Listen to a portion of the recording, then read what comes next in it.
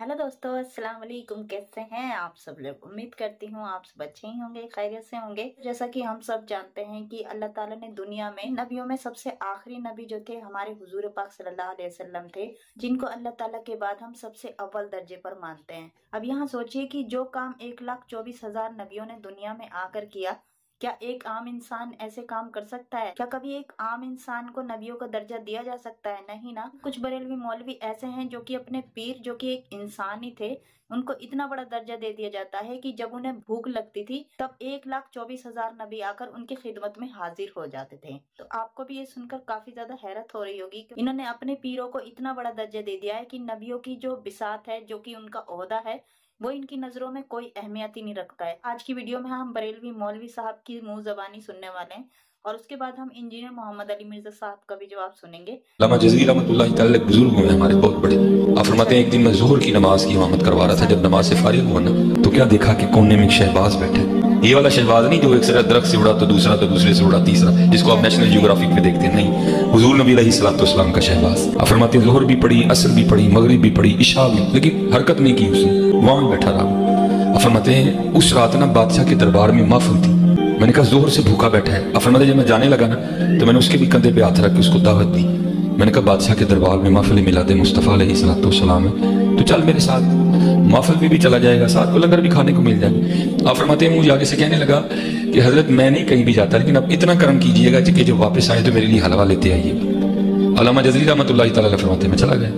फरमाते हैं महफिल में बड़ा खुशू खुजू, बड़ा ज़ौक़, बड़ी कैफियत बनी।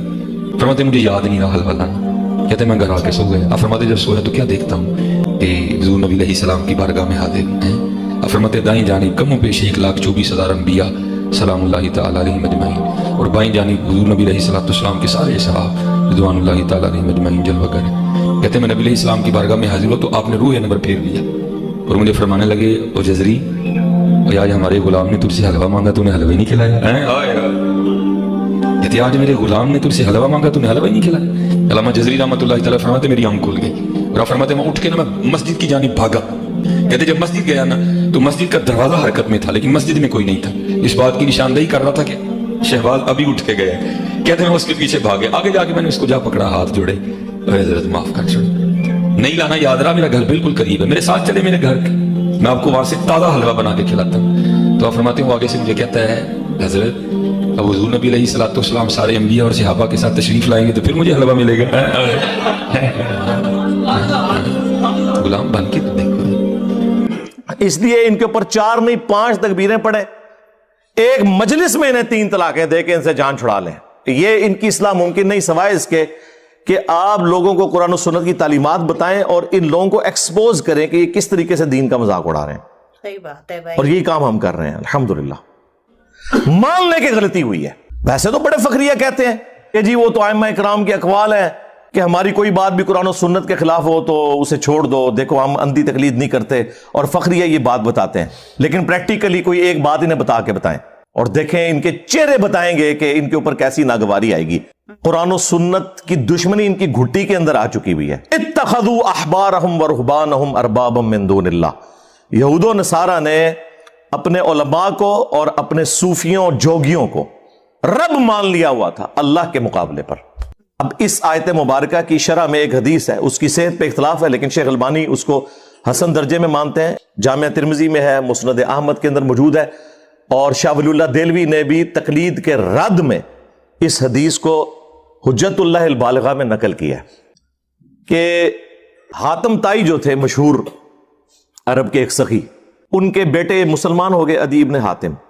वो नबी इस्लाम के पास हाजिर हुए और कहा कि या रसूलल्लाह कुरान में एक आयत ऐसी है जो मुझे खटकती है, मैं चाह रहा हूं मैं आपसे उसका फाहम समझ लूं।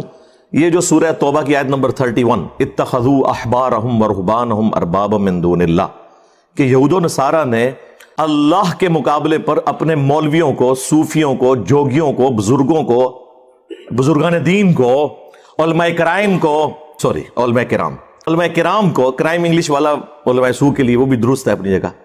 ये जो रब मान लिया हुआ था, तो हम तो खुद ईसाई रहे, हमने तो कभी इबादत नहीं की अपने उलमा की। तो नबी अलैहिस्सलाम ने फरमाया कि क्या तुम अपने उलमा और सूफियों, रुहबान, इन जोगियों के कहने के ऊपर अल्लाह की तरफ से जो चीज हलाल थी ان کے کہنے پہ اسے حرام، اور جو اللہ نے حرام کی تھی ان کے کہنے پہ اسے حلال نہیں مان لیا کرتے تھے؟ کہا یا رسول اللہ ایسے ہی تھا. تو فرمایا یہی تو رب بنانا ہے، کیونکہ شریعت کا کسٹوڈین اللہ ہے، وہ ڈیسائیڈ کرے گا کہ رب ماننا ہے ان کو.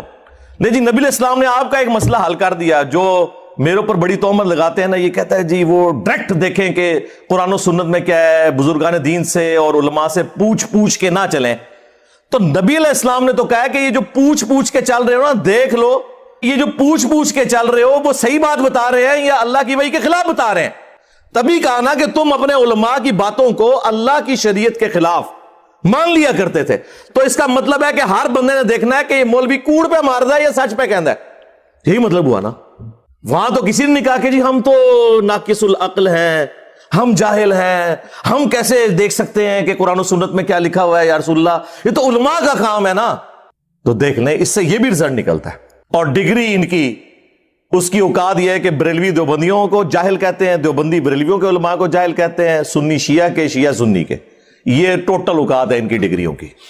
اور ہماری ڈگری صحیح بخاری میں بلغوا عنی ولو آیہ، پہنچا دو میری طرف سے خواہ ایک آیت ہی آتی ہو. یہ نبی علیہ السلام نے ہماری ذمہ داری لگائی ہے. باقی فقہ حنفی والوں کو ہم ریکویسٹ کریں گے کہ آپ ذرا اپنے بابا جی، جنہیں سارے ہی بابا مانتے ہیں، شاہ ولی اللہ دہلوی، ان کی کتاب حجت اللہ البالغہ پڑھ کے تو دیکھیں. انہوں نے تقلید کے بارے میں جو طبیعت آپ لوگوں کی صاف کی ہوئی ہے نا، انہوں نے کہا کہ امت کی گمراہی کی سب سے بڑی وجہ یہ اندھی تقلید ہے. ہاں، انہوں نے کہا کہ واجب ہے لوگوں کے اوپر کہ جب انہیں سنت پہنچ جائے تو وہ سنت کے مطابق عمل کریں، اپنے امام کے اقوال کو چھوڑ دیں. اور انہوں نے اس میں لکھا ہے جو بخاری اور مسلم سے بغض رکھے وہ سنیت سے خارج ہے. اور اس پہ اجماع ہے کہ بخاری اور مسلم کی تمام متصل الاسناد احادیث قطعی الصحت ہے. ان سے بغض رکھنے والا بدعتی ہے، وہ سنی نہیں ہو سکتا. تو مجھے بتائیں کون بغض رکھ رہا ہے؟ عزتیں اویل کر رہے ہیں قرآن و سنت کے نام کے اوپر، صحیح بات ہے، چندے اکٹھے کر رہے ہیں قرآن و سنت کے نام کے اوپر، سواریاں سوار کر رہے ہیں مکے اور مدینے کی آوازیں لگا کے، اور پھینکتے کہاں ہیں دیوبند اور بریلی میں جا کے. اور جو شخص انہیں کہتا ہے کہ بھائی ان بابوں سے دستبردار ہو، اپنی نسبت اس کے ساتھ مضبوط کرو جس کی قبر مدینے میں صلی اللہ علیہ وآلہ وسلم، تو یہ کہتے ہیں کوئی نیا فرقہ لے کے آ گیا. نیا نہیں لے کے آیا سرکار، یہ مرنے سے پہلے اے مسلمان کر لے اس پہ غور. کتابوں کا خدا اور ہے، بابوں کا خدا اور. بابے بھی اسی خدا کو مانتے ہیں لیکن ان کوالٹیز کے ساتھ نہیں جو وحی کے ذریعے آئی ہیں، بلکہ ان کوالٹیز کے ساتھ جو ان کے بزرگوں نے تعلیم فرمائی ہیں. تو دیکھیں سرکار پھر اللہ نے تو اڑے بلا کیڑی چھڑی ہے. ہاں، جڈی گمراہی سی نا اڈی وڈی بلا چھڑ دیتی ہے. میرے نبی سا ہے ہی کوئی نہیں، تیرے بابے تے شے ہی کوئی نہیں. تو وہ آپ یہ دیکھیں، یہ جب کبھی گمراہی بڑے لیول کی آتی ہے نا تو اس کے آگے پھر ہرڈل اور رکاوٹ، اور اسے ختم کرنے کے لیے اسی لیول کی بڑی آواز پھر بلند ہوتی ہے. اور یہ یقین کریں کہ مجھے بھی نہیں پتا مجھے کس طریقے سے اللہ تعالیٰ نے لا کے تو اس پلیٹ فارم پہ اتنی دلیری کے ساتھ کھڑا کر دیا. یہ انسان اپنی مرضی سے کچھ نہیں کر سکتا. بالکل اللہ تعالیٰ وقت کے ساتھ حالات و واقعات فیوریبل کرتا ہے. ظاہر ہے کہ ابھی اس وقت جو ہم باتیں کر رہے ہیں، آج سے 15-20 سال پہلے تو تصور ہی نہیں تھا، ملک کے حالات ہی ایسے نہیں تھے. ہر چیز فیوریبل ہوتی ہے، اللہ تعالیٰ کی تائید شامل ہوتی ہے تو پھر یہ معاملات بہتری کی طرف جاتے ہیں. تو ہم ان کو بار بار یہ چیز سمجھا رہے ہیں کہ اللہ سے ڈر جائیں، اپنی اصلاح کریں. اس ویڈیو سے تو میں ایک ہی بات کہوں گی کہ جو انسان اللہ تعالیٰ سے اور حضور پاک صلی اللہ علیہ وسلم سے وفاداری نہیں نبھا سکتا، تو سوچیے ایسے لوگ اپنے باباؤں سے وفاداری نبھا لیں گے کیا؟ ایک طریقے سے انہوں نے اپنے باباؤں کو ایک کمائی کا ذریعہ ہی بنایا ہوا ہے، کیونکہ انہیں معلوم ہے کہ پیر صاحب تو اب اس دنیا میں ہے نہیں کہ وہ آ کر ان کی جو من گھڑت کہانیاں پیر صاحب کے بارے میں انہوں نے پھیلائی ہوئی ہیں ان کو آ کر ایکسپوز کر سکے. تو اس بات کا فائدہ اٹھا کر انہوں نے اپنا ایک الگ ہی دین بنایا ہوا ہے. لیکن انجینئر محمد علی مرزا صاحب کو بھی اللہ تعالیٰ نے ایسی ہی ہدایت دے رکھی ہے کہ وہ صحیح دین کو لوگوں کے سامنے پیش کرتے ہیں اور ایسے لوگوں کو اچھی طریقے سے ایکسپوز کرتے ہیں. تو ہوپ سو آپ کو ویڈیو پسند آئی ہوگی دوستو. چلیے ملتے ہیں اگلی ویڈیو میں، تب تک اپنا خیال رکھیے گا. اللہ حافظ.